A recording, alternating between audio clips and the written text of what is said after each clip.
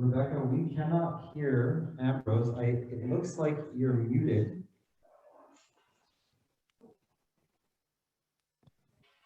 How about now? There we go. That's what we needed. All That's what right, we my name is Ambrose Robotype Brown. I am the owner and operator of R&B Builds. We're a contracting company that specializes in doing a high-end legal suite conversions. So I want to take you back and dive into my why a little bit, on why real estate means so much to me. It's personal. So I grew up in Toronto, and I moved 11 times in my life because of real estate. It's the reason my parents got divorced. It's the reason I dropped out of university. Understanding real estate is paramount for me so that I could build a future so my kids don't have the same decisions that they have to make at a very early age. I always worked in the trades growing up in high school, university. I worked in concrete forming, roofing, framing, and I just wanted to understand how things were built. I love building. So when I dropped out of university, I was taking economics and finance in my third year, and I joined the military.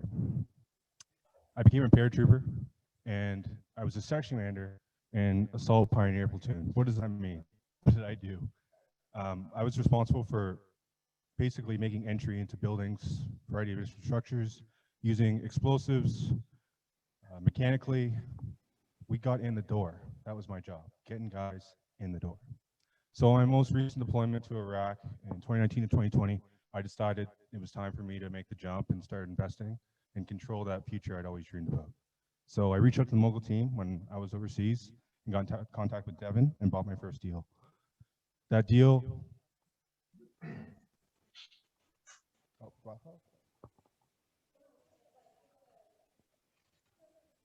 guys have to help me with this. Yeah, well.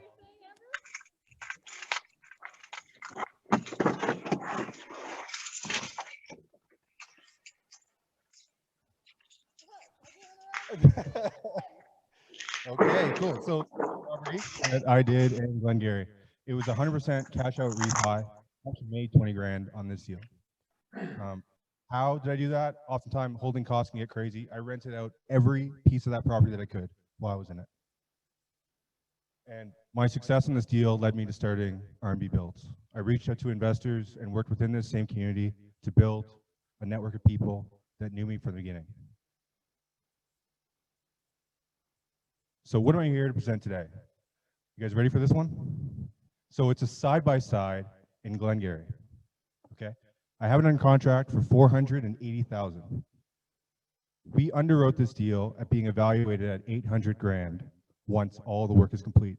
The value add in this deal is adding 2 legal suites to the basement. Right now in Glengarry, you're getting appraisals between $215 and $240. Thank you, Tilt. A door. With that being said, we have a heavy margin of safety built in, so much so that Culvert, who's a private lending company in Edmonton, underwrote this deal at 880 ARV. So when we get into the numbers, you'll see that I used 80% loan to value. That's why I'm already being so conservative here. To do anything more than that would really take away from the quality of the deal here. Okay, what's my ask? Ladies and gentlemen, today I'm asking for $321,500. Where's that going? What does that do? Well, it covers the down payment, holding costs, okay, the inspection, as well as the renovation. That's where it goes into. Now, you have 2 options. We can be 50-50 partners in this deal.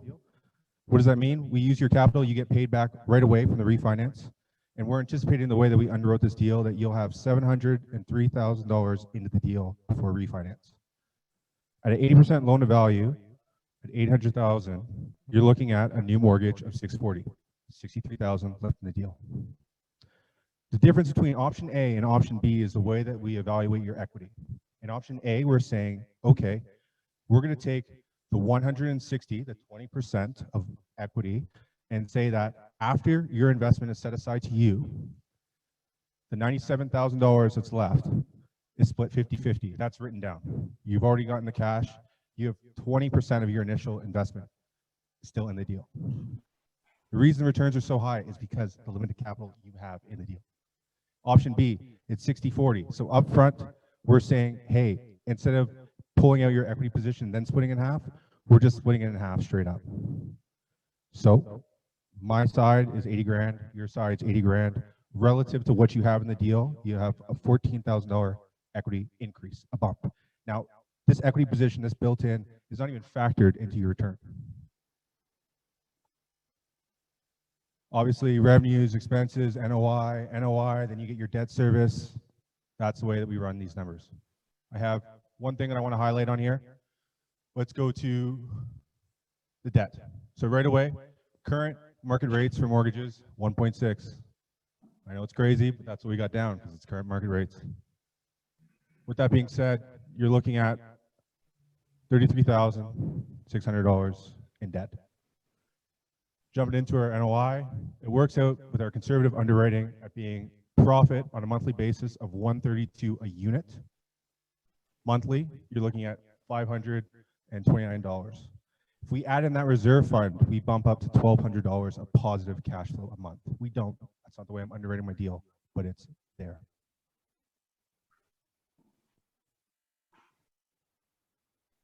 With that being said, let's show you some of these comps, okay?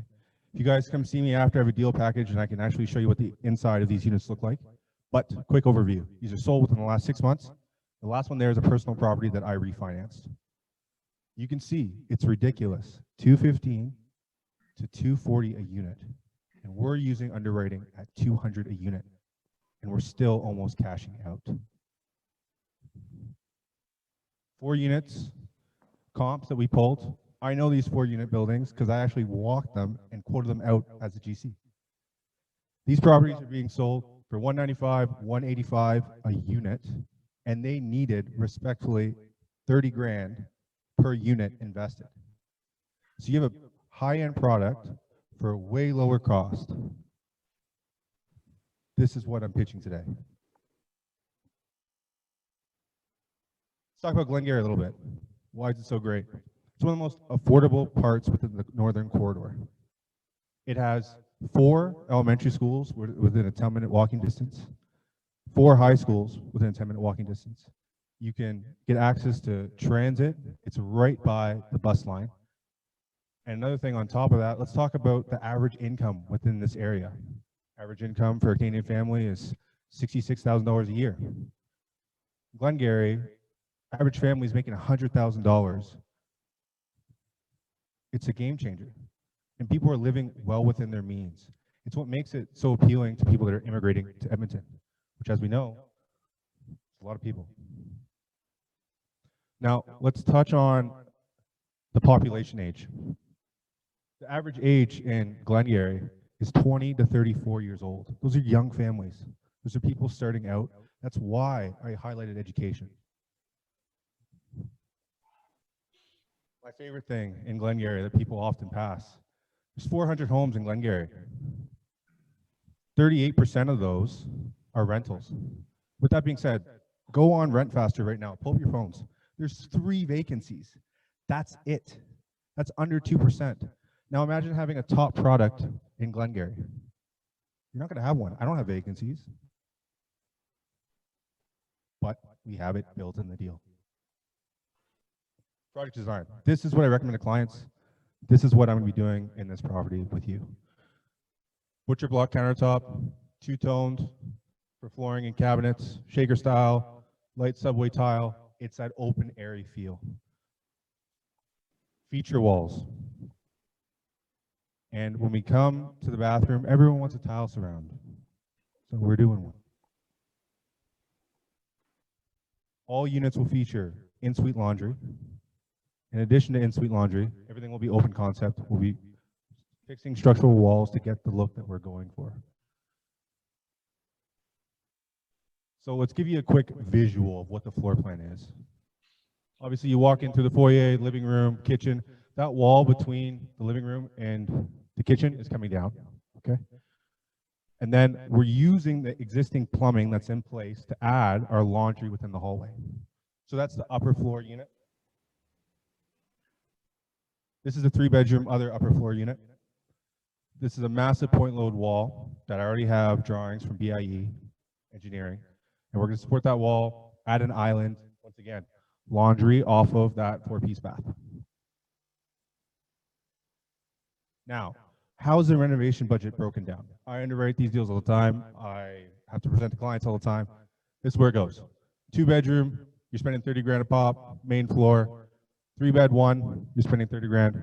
And basement, exterior. Those are for the basement suite costs. We have admin fees. What are admin fees? Why am I throwing up admin? Well, the cost to do a legal suite conversion in Edmonton, just in permits alone, is $2,500 an application. You got 2 applications. That's 5 grand right there. Then engineering to do his drawings. Plus, you need a floor plan layout. I built it in. And on top of all my conservative underwriting, I also added a margin of safety of 15%. That's already calculated. And you're getting a 28% return. Why do you need me? What's my value add? Well, one, you get an active partner that really cares. Relationships mean a lot to me. They mean a lot to my family. And the relationships that I'm making now are the same ones I plan to hold for as long as I'm in the industry. And let me tell you, I'm not going anywhere. I'm putting all my sweat equity. You're not paying for labor. The only labor that you're paying for is plumbers, electricians, engineers, HVAC guys. All your rough framing, finished work, roof, anything structural that comes up, I'm doing it as the GC. Why would I do this? Because instead of taking a one-time payout, being transactional, I'm taking equity in the deal. And it's in my best interest to perform for you. I want you to get all your money out. And truly, I feel confident you will. Team. Luckily, there's quite a few people within this room and in Vancouver that I've worked with before. Lucky to have Richard Bell, who did my JV. Devin Gray is part of the Mogul team. And Pierre Papineau is already scheduled to do the inspection. Lots of you probably had him in to look at your own places. He'd be coming to look at our project. And Keaton Kurtwick is who I'd go to for mortgage financing. We've already talked about this deal. And once again, there is a private option if you guys want to see the details, because it has been approved by Culver Private Lending. Ladies and gentlemen, thank you for your time. Appreciate it. Cheers.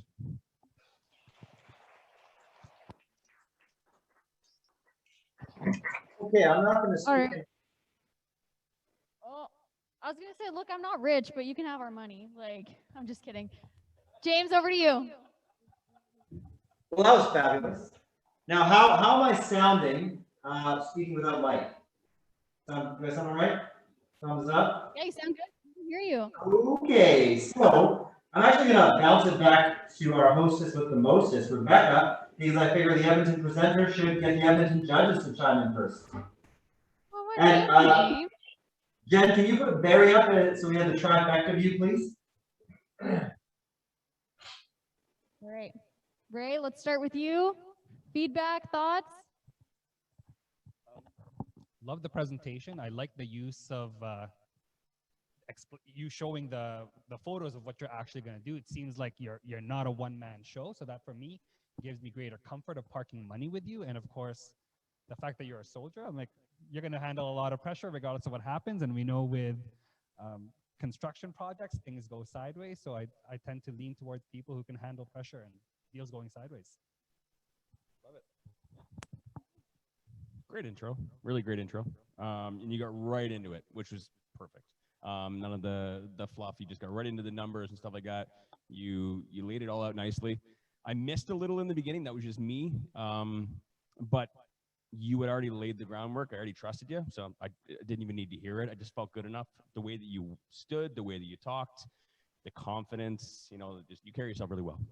Very trustworthy. I got bored after the numbers. Just be honest. The neighborhood and stuff like that. I'm more interested in what's the tenant profile. You know what I mean? The cash flow, the basics. And then you threw in the value that you add with you constructing it yourself. That's huge. I would have said that much earlier. I'm pretty sure I can sense Ray. I'm following his breathing, and he was waiting for the exact same thing. As soon as both of us heard it, it was like, so that's huge because I want to know why you. You know what I mean? So I thought it was great. I thought, yeah, I totally invest. Absolutely, great deal. Well, we can't forget about Barry McGuire. Barry, what are your thoughts? You know, Ambrose, that was, I want to feel confident in who I'm going to work with. So you do project immediately confidence and passion. Like Ray, I think military training is, you know, if your job is to get people inside a building using explosives and all other kinds of military stuff, I mean, meeting the challenges of renovation, I feel should not be beyond what you can do. So I really felt, I felt the confidence and the passion. For the presentation, I work on the order of it a little bit. I thought the presentation was just a little bit disjointed. I was waiting to hear some of the things that you said at the end. I'm making notes about why didn't he say this, why didn't he say that, and then at the end you did say. So I'd like you to work on your presentation a bit and you know, just have it flow a little more smoothly. Some of the charts were at least mildly confusing. They were all up beside each other, and I was kind of going back and forth between what you were trying to say numbers wise. So overall, I think you've got everything in your presentation that's needed to make me, as a guy who's going to sign a check, feel confident that you can do the job. Just a little bit ordered, a little more flow to it. But that comes with experience. You know, when you do more presentations, every time you do one, you go, okay, I'm going to move this around, going to move that around, shorten this up, lengthen this up. So overall, I liked it. I think once you polish it up, it'll be great. Awesome feedback, guys. Before we head to Keaton, just because now Barry and Ray have both mentioned flow, as you go through your feedback, wondering if you could maybe comment on, especially for the folks that are online and in the room, what order might have been better? Well, I'll go first. You know, on this one, the intro, the importance of family, that you've been in the military. I thought that was a good way to start, and talking about why you're doing it. You know, what you experienced growing up and why you weren't gonna let that happen to you and your family. So I think that was a good, strong start. Then as to, you know, as to what comes next, I wanted to hear a bit more right out of the chute about the experience and why, you know, who's on the team that's going to take what can be very difficult. Renovations are tough dealing with the city, tough estimating. Anybody who's done a renovation knows how difficult it is to bring it in on time and on budget. So I would like to have had the confidence built in the presentation that would then allow you to say other things. And when you go, okay, we're going to do this, this, this, and this, I would have understood better that you had the experience and the team members to move that stuff along. About the community, I enjoyed hearing about Glengarry and what the community was like and what the numbers were and what the vacancy rate was. And I would have liked to have heard that maybe a little closer to the beginning, and then maybe what the project is going to look like, and then finishing with the numbers. So that's a personal preference. You'll find out, I think, over time, what presentation and what order of presenting has the most effect on your check writing potential joint venture money partners. Great feedback, Barry. Now I'm gonna save our Vancouver best for last. Now, Keaton, I want you to comment on a slightly different angle, because you know the deal intimately from a numbers perspective. So maybe we can talk a little bit about the numbers of the deal, because you actually have crunched the numbers. Now, Ambrose did a great job explaining them high level. What are your thoughts casually looking at them with the way they were presented? I think that the way they were presented was quite fair. Honestly, the feedback I was going to give would have been to put Ambrose's contribution to the deal earlier in and actually simplified the numbers. There was a lot up there, and I would have stripped it down to the bare components, and I would have highlighted, Ambrose, I know you've done a lot of these. I would have put that as a feature in that you've got confidence to add some credibility to the numbers beyond your experience, and simplified it a little bit. Honestly, I've seen the numbers on the inside, and Ambrose is being painfully conservative to the point that I almost disagree with him on it. So I have to say that he's dropped his ARV down, he's using a relatively fair rate, he's being conservative on it. The only other thing I would touch on was the two options for the joint venture partners. Even knowing the deal a little bit on the back end, I was a little bit confused as to how it's structured, and I maybe would have simplified that and made that its own slide. But all in all, Ambrose, I'm really going on my way to pick on you. So Yeah, I'm gonna echo some of the feedback that we've been given. I found all the pieces of the presentation to be really great, but I agree with all the presenters that the order was a little bit odd. Now, the one thing that you had in the presentation that really stood out is the why me slide. And I'm gonna echo Ray and Wayne in saying that. And that's I'm gonna make that comment to everybody watching online, everybody in Edmonton, everybody in Vancouver. Most people can go on MLS and find a deal. Most people can get it under contract. Most people can put together the numbers, like the spreadsheets that everybody's using. I mean, at Mogul, we've got a stock spreadsheet that we can give every single one of our clients that will spit out an ROI calculation. So Ambrose didn't just answer the question like he answered the question why in an even more sophisticated way, because he showed us why only he can do this as a joint venture partner, which I thought was very intriguing. So that'd be a good piece of feedback. But yeah, I think the ordering and just the clarity has a little bit of room for improvement, but great presentation, Ambrose. We really appreciate you. So let's give Ambrose a big round of applause.